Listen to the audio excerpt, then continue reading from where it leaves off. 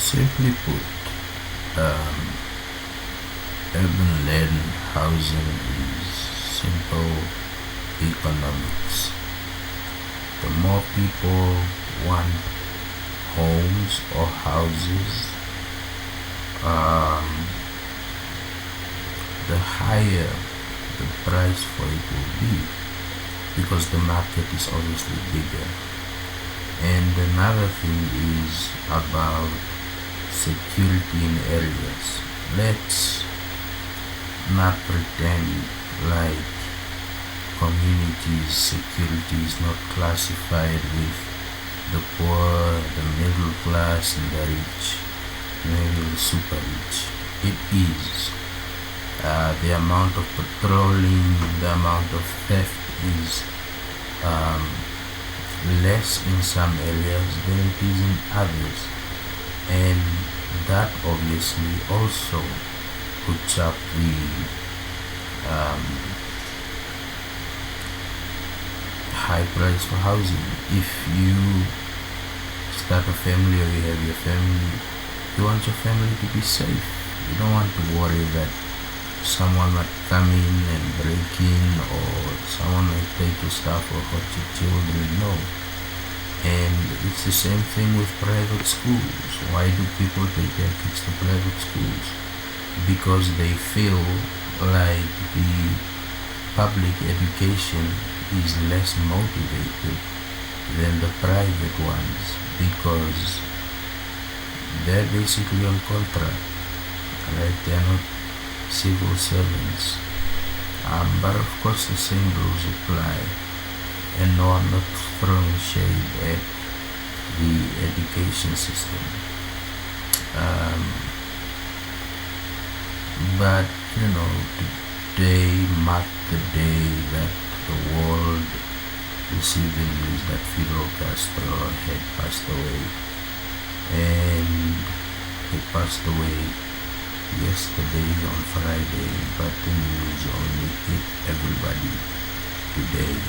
Now a lot of people are conflicted, or some people are conflicted about Fidel Castro.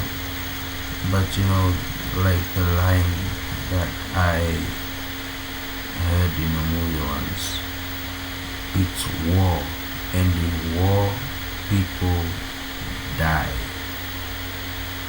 Right? Like he wasn't a totalitarian like most other leaders. I think, especially in his death, at least portraying the good aspects of him is only fair. Cuba has one of the highest number of doctors. They have deployed a lot of doctors to other countries and countries in need. They train doctors from other countries, and it's basically a question of he was a communist and that's bad. And like there is the Fidel Castro family line that won't leave power. But come on, I mean, Bush Sr. was president, his son was president, his other son nearly became president. So it's all up to perspective. But if you look at the conditions then, the politics was very messy, and people reacted more politically than they did socially. And that's what brought about the revolution that Fidel Castro fronted. He became an inspiration for so many leaders. The founding president of Namibia, Sam Nujoma, Mandela, Kaunda, a lot of African presidents looked up to him because obviously being colonies and so forth, or maybe former colonies still tied by economic shackles, they saw what he had done, made Cuba independent to the extent that it was. And let's not forget, Cuba is an island. It's not a big country. And so in terms of a revolution, and for those of us who have known revolutions lead to bloodshed, a revolution lead to broken homes, they lead to refugees. We understand that aspect, and that doesn't take away the respect of the man. He had many accomplishments, and of course, like any other leader, he had his bad side. But to just scrutinize him, especially at this time of passing, based on the bad aspects and politics, especially, like, it's communist and so forth. I mean, can the man be laid to rest? Not as a politician, but as a man.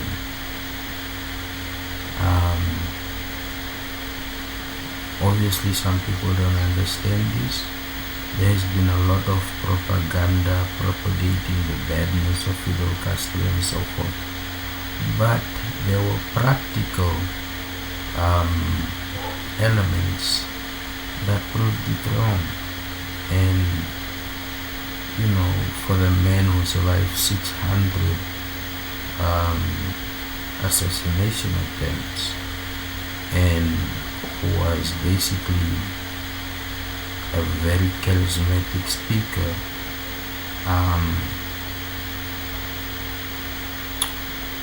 I do have respect for Fidel Castro. I don't think, like today, coming from a country where there were people that were killed on both sides, and there was a civil war in our country to the fight against apartheid, which pitted people against each other. You can understand how there are some people who are happy, and how there are some people who are slightly saddened, because Fidel Castro, the man, became mythologized, and he was a legend.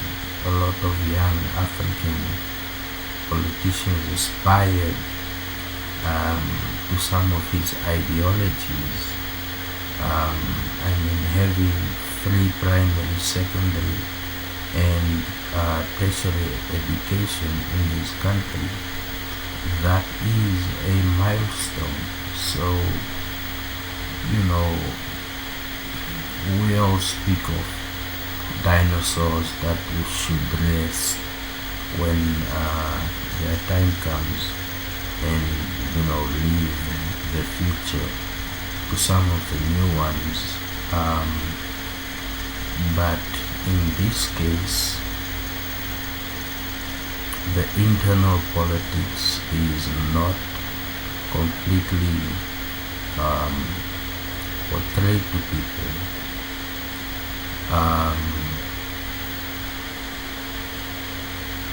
So I say, rest in peace. And he lived to 90, so he saw his kids, his grandkids, and probably their grandkids, and that is a human accomplishment to live to that age. He did a lot for some countries, and we give him a final salute.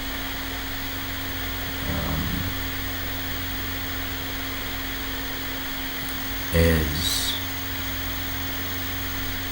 people who understand balance in different pragmatism.